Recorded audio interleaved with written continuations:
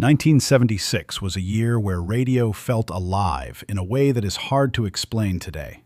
Songs were not just hits, they were everywhere. Some became timeless.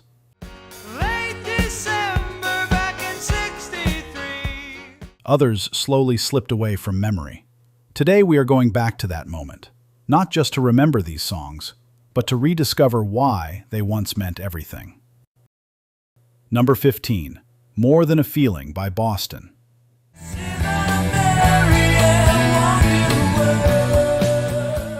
It is easy to think of this song as something that always belonged to classic rock radio, something that was always there. But in 1976, More Than a Feeling arrived like a revelation.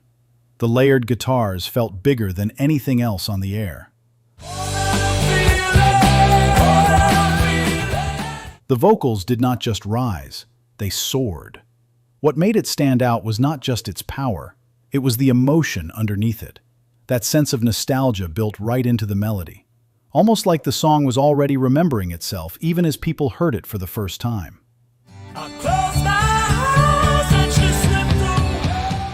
Back then, it connected instantly with listeners who wanted something grand and immersive. Over time, it never really disappeared. It became one of those songs that outgrew its era. And yet, it is easy to forget just how fresh and unexpected it sounded in 1976. Before it became a staple, before it became familiar, it was something entirely new. Number 14. Love Is Alive by Gary Wright. There is something quietly hypnotic about Love Is Alive. It does not demand attention the way many songs from 1976 did. Instead, it pulls you in slowly, almost without you noticing. Built around layers of keyboards, it felt futuristic at a time when rock was still driven by guitars. My heart is on fire. In 1976, that sound stood out in a subtle way. It did not explode on the radio, it lingered, creating a mood that felt late night and introspective, the kind of song that stayed with you after it ended, rather than hitting you all at once. That approach gave it a different kind of strength. Well, I think it's time to get ready. Today, it is one of those songs people recognize instantly, but rarely talk about. Which is strange considering how influential that synth-driven style would become later. Listening now, it feels like a quiet preview of the future hiding inside the sound of the past. Number 13. A Fifth of Beethoven by Walter Murphy.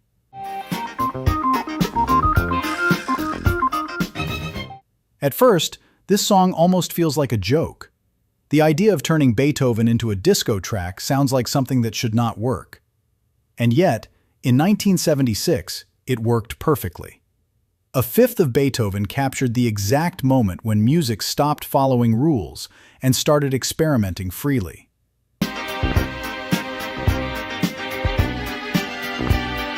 The rhythm pulls you in immediately. The familiar classical melody gives it structure. But the disco pulse transforms it into something completely different, something designed for dance floors instead of concert halls. That contrast is what made it so compelling at the time. Over the years, it has often been labeled as a novelty, something quirky from the disco era. But that misses the point. Back then, it proved that genres could collide and still connect with massive audiences. Listening now, it feels bold, even a little daring. And that is exactly what made 1976 so exciting. Number 12. Afternoon Delight by Starland Vocal Band. And everything's a little clearer in the light of day. At first, Afternoon Delight sounds simple. Soft harmonies, gentle melody, the kind of song that feels almost too easygoing to stand out. But in 1976, that simplicity was exactly what made it unforgettable. It slipped onto radio playlists and stayed there, becoming part of everyday life. There is a warmth to it that feels very specific to that moment. A kind of relaxed confidence that did not need loud production or dramatic shifts. And yet beneath that smooth surface, there is a playful edge that many listeners only fully noticed later. Over time, it has been labeled as a novelty. That label pushed it slightly out of serious conversations. Afternoon delight. But back then, it was everywhere. A reminder that even the softest songs can dominate when the timing feels just right. Number 11. December 1963. Oh, What a Night by the Four Seasons. Late December back in '63. This is one of those songs that feels instantly familiar, even if you cannot place where you first heard it. December 1963, Oh, What a Night, carried a nostalgic tone even in 1976, blending past memories with a modern disco rhythm. You know I didn't even know her name. What made it stand out was its balance. The storytelling felt personal. The groove felt universal. It worked just as well on the radio as it did on the dance floor. That versatility turned it into one of the most played songs of the year. Over time, it never really faded. It simply blended into the background of pop culture. She was everything I dreamed she'd be. Always present, always recognizable. Listening now, it still carries that same effortless charm. A reminder that sometimes the most lasting songs are the ones that feel the most natural. Number 10. You Should Be Dancing by Bee Gees. By 1976, something was shifting in popular music, and You Should Be Dancing captured that change perfectly. The Bee Gees moved fully into disco, and suddenly their sound felt sharper, more rhythmic, and built for movement. The energy here is immediate. The beat does not wait. It pushes forward, pulling listeners onto the dance floor almost instantly. That urgency gave the song a powerful presence on radio and in clubs alike. At the time, it felt like part of a larger wave.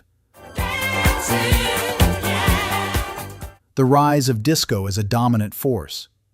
Today, it stands as an early signal of what was coming next. While later hits often get more attention, this track marked a turning point. The moment everything started to change. Number 9. Fly, Robin, Fly by Silver Convention.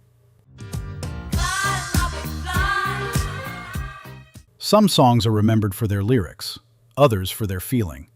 Fly, Robin, Fly belongs to the second group. Built on a steady pulse and minimal words, it created an atmosphere that felt hypnotic rather than expressive. In 1976, that simplicity worked in its favor. Disco was expanding rapidly, and this track leaned fully into rhythm over storytelling. It proved that a song did not need complexity to dominate the charts. It just needed the right groove at the right moment. Over time, it has become one of those songs people recognize instantly but rarely name. Almost like a memory without a title. Listening now, it still carries that same cool detachment. A reminder of when disco was not just popular, it felt new and slightly futuristic. Number 8. Love Hangover by Diana Ross. Think about it all the time. Love Hangover begins in a way that feels familiar, slow, emotional, almost like a classic soul ballad. But just when you settle into that mood, everything changes. The tempo rises, the rhythm takes over, and suddenly it transforms into something completely different.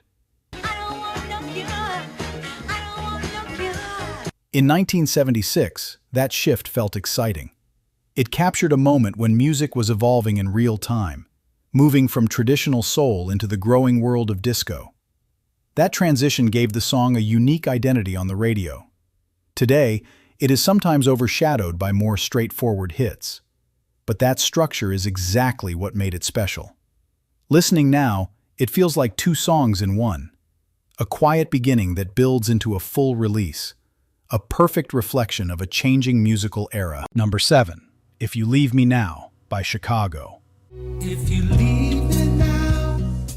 In a year filled with energy and rhythm, If You Leave Me Now chose a different path. It slowed everything down, stripped the sound back, and focused entirely on emotion. That contrast made it stand out immediately. The arrangement feels delicate, almost fragile, with soft instrumentation supporting a vocal that carries most of the weight. It does not try to impress, it simply connects. And in 1976, that honesty resonated deeply with listeners. Over time, it has remained one of Chicago's most recognizable songs, yet it often sits quietly beside bigger, louder hits from the era.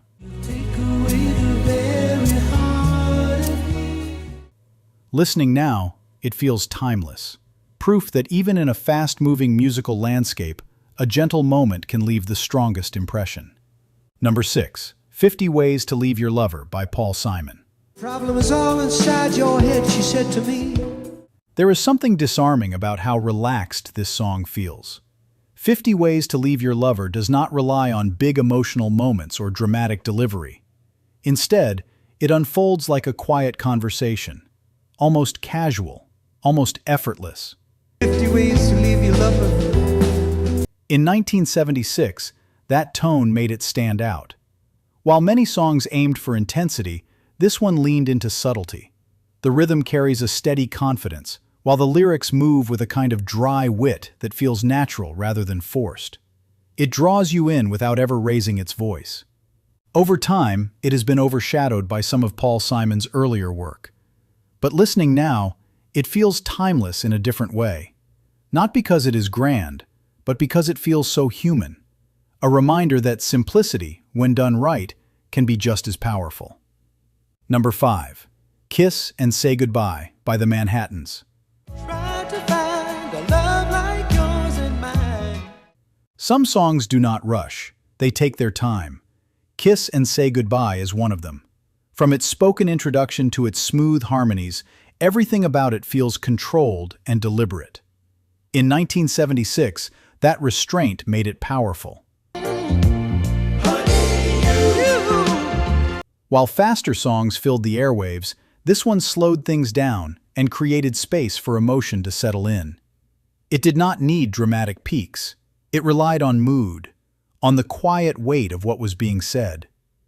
Over time, it has faded slightly from mainstream playlists, but that only adds to its impact when you hear it again. Listening now, it feels intimate, almost like a private moment captured in music. A reminder that sometimes the strongest feelings are the ones expressed softly. Number 4. Play That Funky Music by Wild Cherry. It is hard to imagine now, but this song started as a shift in direction. Play That Funky Music came from a rock band adjusting to a changing musical landscape. And in 1976, that adjustment turned into something unforgettable. The groove is immediate. The rhythm pulls you in before you even think about it. There is a raw energy here that feels both tight and loose at the same time. Got to stop to feeling so low. A balance that made it work across different audiences.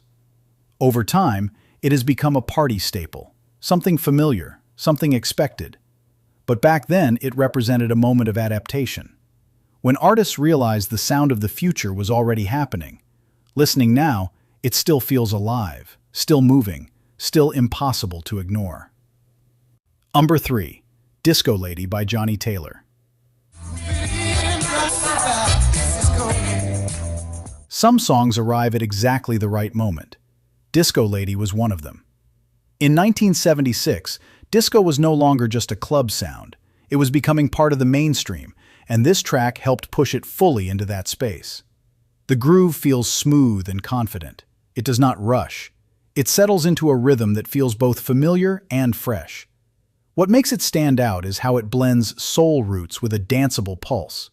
It does not abandon where it came from. It evolves.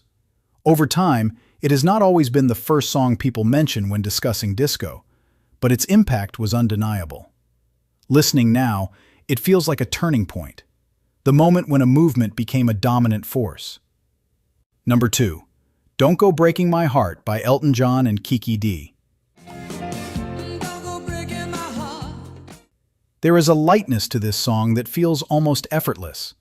Don't Go Breaking My Heart does not try to be deep or complex. It focuses on something simpler: joy.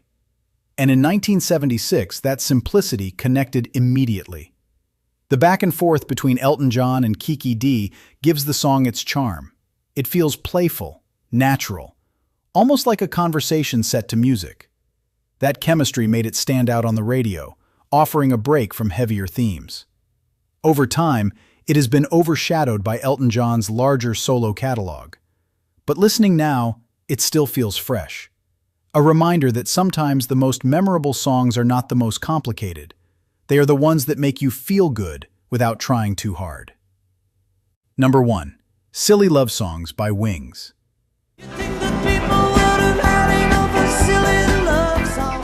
At the top of 1976 sits a song that almost feels like a statement. Silly Love Songs was not just another hit.